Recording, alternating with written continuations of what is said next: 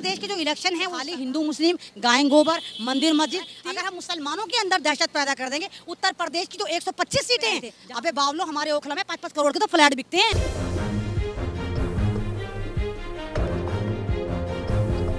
मामला प्रोटेस्ट में ये था, जैसे जिस तरह आप जानते हैं कि 4-5 दिन हो गए हैं, मौलाना खलीम सिद्दीकी साहब जो मुसलमानों के बहुत बड़े रहनुमा थे, वो भारत के ही नहीं इंटरनेशनल एक इनकी पहचान थी। और मौलाना खलीम सिद्दीकी साहब एक ऐसा नाम जिन्होंने हमेशा इस्लाम को दावत दी, इस्लाम की दावत दी, कलाम पाक को फैलाया, अल्लाह की बताई हुई तालीमात को फॉलो करने के तरीक़े बताए।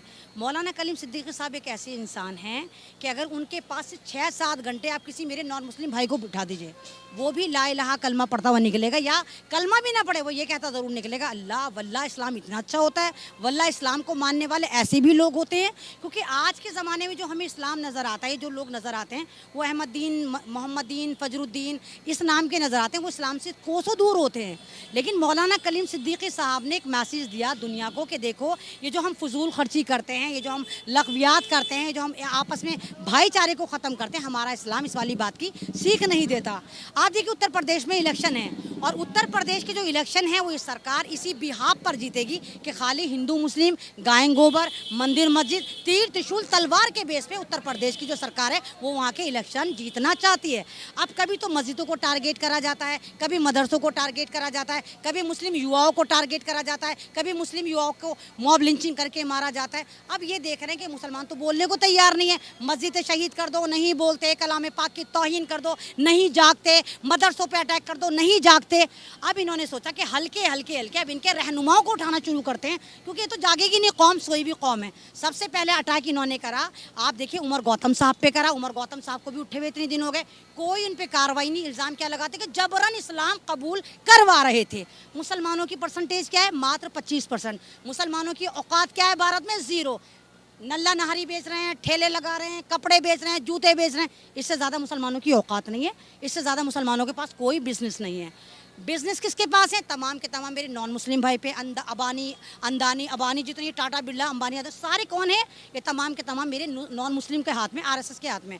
चलिए मैंने 1% माना कि मौलाना खलीम सिद्दीकी साहब जबरन धर्म परिवर्तन करा रहे थे। किस बेस पे करा रहे थे? उनके पास 3 करोड़ रुपए आए थे। अबे बावलो हमारे ओखला में 5-5 करोड़ के तो फ्लैट बिकते हैं, सिर्फ 3 करोड़ पे वो जबरन इस्लाम कबूल करवा रहे थे। इंटरनेशनल फंडिंग हुई थी, इस बेस पर उनको ATS जाती है, मेरठ में उठा लेती है। यूपी पुलिस ने गिरफ्तार नहीं करा, उनको ATS ने गिरफ्तार करा। तो जाहिर सी बात है जो बंदा जहाँ है वहीं से दहाड़ निकालेगा। मौलाना खलीम सिद्दीकी साहब पे यूपी वालों का कॉपीराइट नहीं था। मौलाना खलीम सिद्दीकी साहब के लिए इस वक्त मेरे नॉन मुस्लिम भाई, मेरे सरदार भाई, मेरे दलित भाई, हर समाज के लोग चीख रहे हैं, चिल्ला रहे हैं है ना कि हम मुसलमान समाज में टेरर पैदा करना चाहते हैं, क्योंकि यूपी में इलेक्शन है और योगी सरकार को, हमारे फेंटाकोला बाबा को, फर्जी योगी को हार साफ नजर आ रही है। वही सोच रहा है अगर हम मुसलमानों के अंदर दहशत पैदा कर देंगे, उत्तर प्रदेश की जो 125 सीटें हैं जहां पर मुसलमान दिशा दुर्दशा तय करेगा, तो वहां पर मुसलमान डर जाएंगे। हाय अल्लाह हमारे रहनुमाओं को नहीं छोड़ा, हमारी मस्जिदों को नहीं छोड़ा,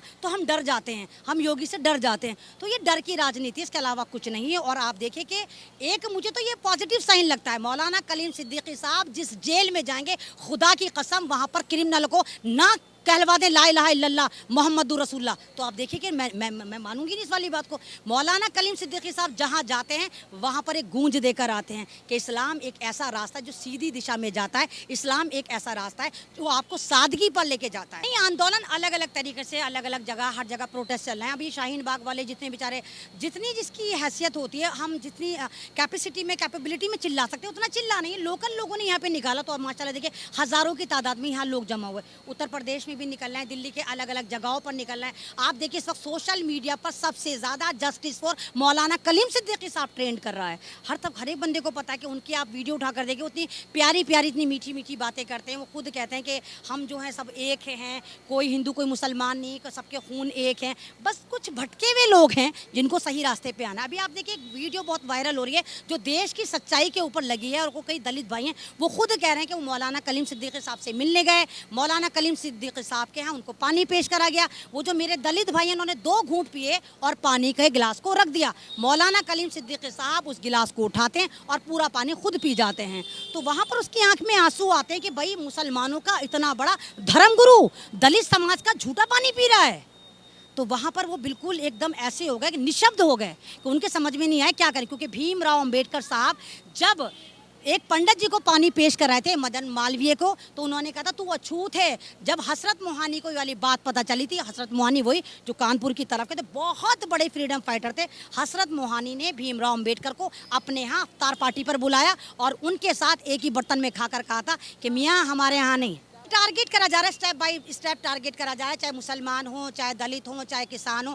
ये सरकार हल्के हल्के सबको स्टेप बाय स्टेप टारगेट करे, क्योंकि अभी आप देखो क्या झंडू बाम बनकर आए हमारे मोदी जी। अब की बार ट्रम्प सरकार कहकर आए थे, जो बाइडन ने कैसे उनको दुलत्ती मारी है, हर जगह दुलत्ती पड़ी है, कैसे अंजना उनको शव के पिछवाड़े पे लात मार के भगाया है, मीडिया को कैसे भगाया, अमेरिका में कैसी बेइज्जती हुई। अमेरिका में मोदी का जिक्र तक नहीं करा किसी न्यूज़पेपर ने कि भारत का झूठला हमारे यहाँ आ रहा है, झूठ परोसने। वो कुछ भी भौंकने से कुछ नहीं होता। कुत्ते को शेर बना देंगे, कुत्ता शेर नहीं बन जाता, वो कुत्ता ही रहेगा। आप उसको खाल पहना दे, कुत्ता कुत्ता ही रहेगा, शेर नहीं बन जाएगा। तो तमाम दुनिया में टारगेट हो रहा है। अभी आप देखो आसाम में किसकी सरकार, बीजेपी की सरकार। वहाँ का एसपी कौन, बीजेपी का सगा भाई सीएम और एसपी एक भाई। क्या करा इन्होंने, 800 से ज्यादा फैमिली को उजाड़ दिया, वहां पर मुसलमानों की पूरी आबादी को खत्म कर दिया। 800 घरों को बुलडोजर चला के 3 मस्जिदों को शहीद करके क्या मैसेज दे रही है बीजेपी सरकार। और यहाँ पर नाथूराम गॉडसे के अनुयायी बनेंगे, गॉडसे वाले हैं, गॉडसे वाले हैं। वहां अमेरिका में जाके कहते हैं हम गांधी वाले हैं, हम गांधी वाले हैं। सारी तुम्हारी गरज गूंज यहीं पे निकलती है, भारत में मुसलमानों के सामने ही निकलती है। वहाँ पे जाके तुम्हारी बिल्कुल ऐसे हो जाते हो तुम भीगी बिल्ली। तो आसाम में मुसलमानों पे जो इन्होंने जुल्म करा है, जिस तरह इन्होंने जुल्म करा, आप देखिए कि किस तरह 4-5 मुसलमानों को शहीद कराए, उनकी डेड बॉडी पे किस तरह ये आरएसएस के दलाल कूदते हुए नजर आ रहे हैं। जानवर को कोई इतनी बुरी दरता नहीं मारता, इतनी बुरी बर्बरता से कोई जानवर भी नहीं मारा जाता जितनी बर्बरता से मुसलमानों के साथ ये भारत में सुलूक कर रहे हैं। किस लिए, ताकि भारत का मुसलमान डर जाए, ताकि मुसलमान जो है एक डर के चुप होकर बैठ जाए और हम उसे एक के बाद उठा के जेलों में डाल दें। किसी स्प्रिंग को आप कब तक दबाएंगे, कितना दबाएंगे। अगर जब वो हद से ज्यादा दबाएंगे तो वो इतना ऊपर उड़ेगा कि मोदी जी हाथ नहीं लगेगा। डराने की राजनीति, मुसलमान डरने वाला नहीं है। मुसलमान सिर्फ एक से डरता था, वो आसमानी खुदा से डरता था, जमीनी खुदाओं से नहीं डरता मोदी जी।